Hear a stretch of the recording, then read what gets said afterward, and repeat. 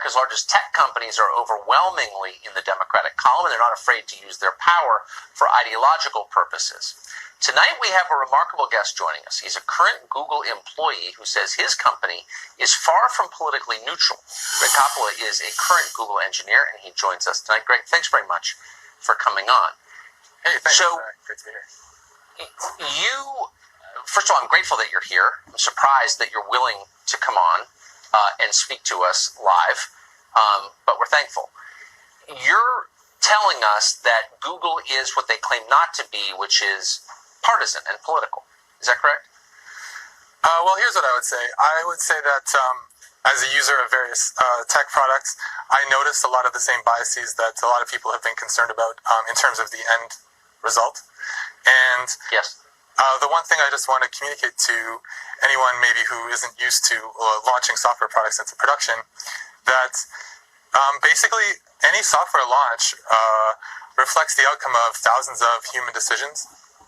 If you made different human decisions, you would get a different result. And so if you see a result, if you see a resulting end product that seems to encode a bias of one sort or another, there must have been that bias in the process that produced the end result. Because like I say, different human decisions that went into the process would produce completely different results.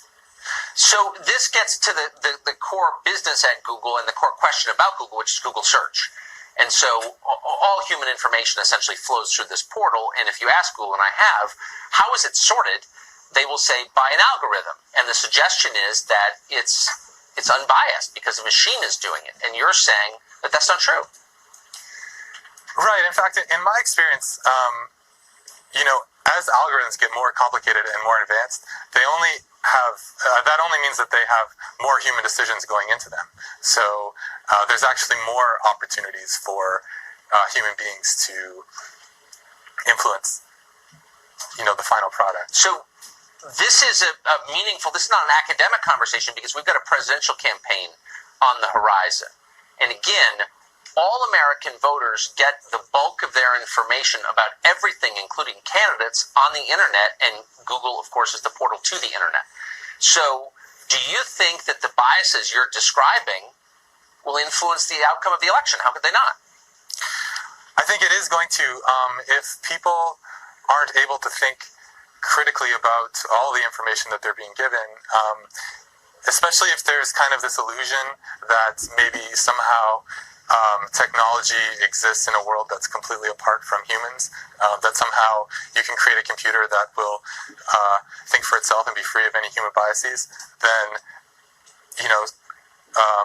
people could be easily misled or manipulated. So you're basically saying that Google's a liberal company and its liberalism will tilt the presidential election. Are you going to be punished for coming on our show to say this? I'm not sure what's going to happen. I'm on administrative leave at the moment, and I'm not sure about the future. Okay. Well, I hope that you'll come back and tell us what happens. Greg Coppola, thank you very much for that.